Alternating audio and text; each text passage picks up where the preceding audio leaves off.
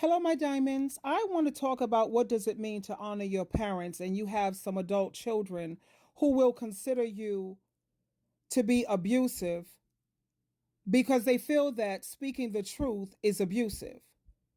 Now, you have a lot of these adult children who claim that they're on their spiritual journey, but yet, instead of listening to what God tells them to do and what Jesus Christ tells them to do, they rather listen to some man made religious organization. There's no way you will ever convince me that an organization is on God's team when they are telling you to reject Jesus' ransom sacrifice by not partaking of these emblems. But again, when it says honor your parent, what does that consist of? It consists of having a high respect for your parents. Now, and I know you have some very toxic parents out here. Granted, I'm not going to take that away from you. At the same time, we are still instructed to honor our parents and to pray for them and stop trying to do God and Jesus Christ's job. Jesus Christ will most certainly handle a toxic parent. Now, the same way you have these adult children who will put up with abusive husbands and abusive wives, but yet they will throw away their parents because their parents are not perfect people.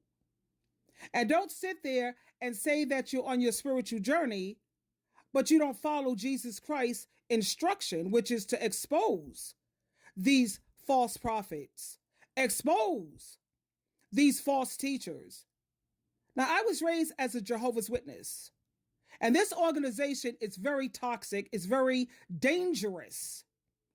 This organization has caused the death of so many people, thousands upon thousands of people.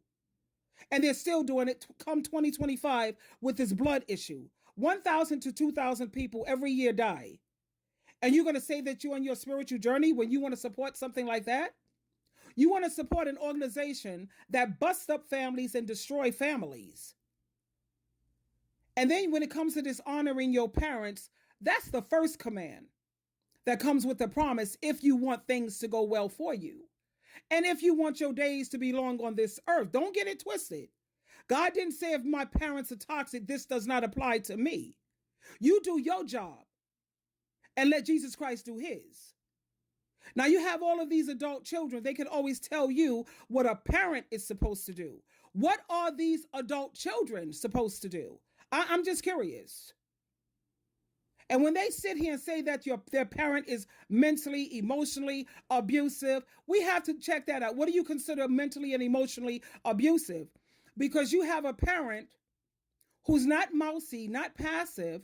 You have a parent who loves their child. And if you want me to be your mother, I can't be your mother and sit up here and constantly blow smoke up your behind and not show you, maybe you need to look into this a little bit. Maybe there's an area you need to address. And you say it's coming from a place of love, not malice. You're very protective. You pour your everything into these kids. But a lot of these adult children lack appreciation and gratitude. So when they're sitting around telling you that a parent is mentally and emotionally abusive, it's because they don't want to hear anything. They don't want you to do nothing, validate me, praise me. My love language is words of affirmation, meaning don't come at me with any kind of truth. I don't want to hear it. And by the way, why don't you go sit in the corner over there, shut the hell up, and only come out when you're ready to praise me? I don't want you to do nothing but validate me, agree with me. And if you can't do that, you're abusive. The truth is always going to be abusive to someone who has not matured emotionally and they have not grown. Notice the word I'm going to use, spiritually. We don't care about this religious nonsense. You see, because Jesus Christ was not religious, he was spiritual. But you have these Jehovah's Witnesses. They're nothing but modern day Pharisees. That's what they are. So when you claim that you're on your spiritual journey, I'm sorry to say, that's not being honest. You see how I use that word? I dressed it up and I sugarcoated that because there's another word I could have used.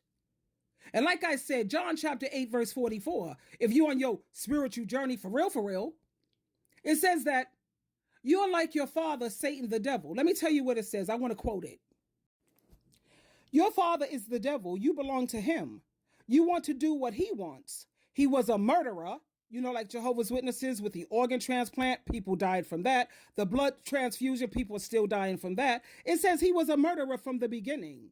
He was always, here's the clincher, here's the important part. He was always against the truth. There is no truth in him. He is like the lies that he tells. Yes, the devil is a liar. He is the father of lies. So when you have these adult children getting upset because the parent is telling them the truth, then we have to definitely question that. Fall back and let's examine that. Now, there have been times when I wanted to really go off on my children, but I had to learn their love language. And when I learned their love language was words of affirmation, you take time to learn how to sugarcoat things to the best of your ability without losing the fact that you are their mother. And as a mother, you're always going to look out for what? The best interest of your children, regardless of whether they like it or not. Now, you have a lot of children who refuse to grow up emotionally. And what's preventing them from that? Because they keep surrounding themselves with people who are lapdogs, puppets, and people who are going to keep blowing smoke up there behind. You can't develop a real relationship or a real friendship with fake and phony people.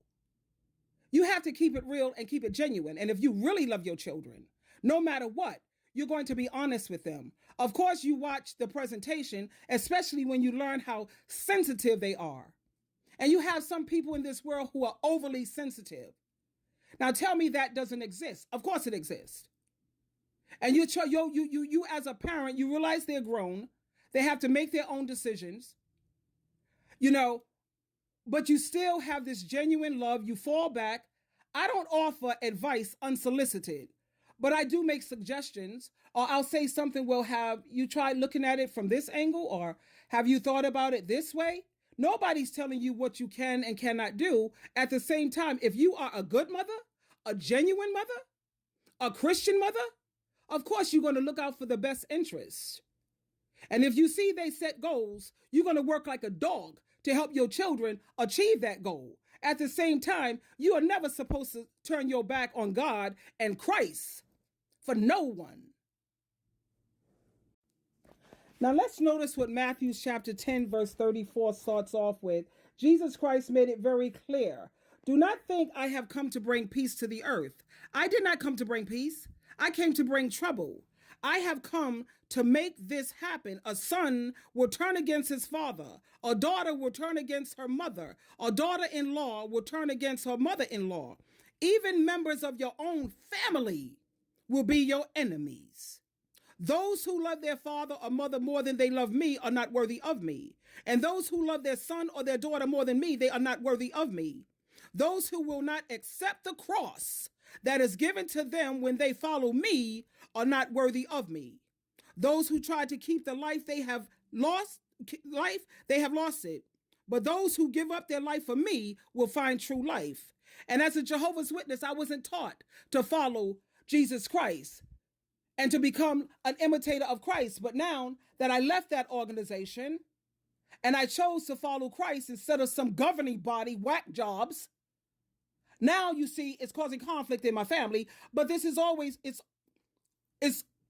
prophesied in the Bible that your own family will become your enemy when you choose to follow me. I have family members, the moment you talk about Jesus Christ, it triggers their irritation. Now tell me what's wrong with that picture. But yet you want to say you on your spiritual or religious journey? How is that possible? How is it possible when you're on your spiritual journey, when you refuse to partake of the emblems and Jesus Christ made it clear? You can never be a part of me. If you don't eat of my flesh and drink of my blood, you will never be a part of me. And when you choose to follow Jesus Christ and you speak the truth, to them it's abusive. Mental and emotional abuse. No, sweetheart, you got to grow up.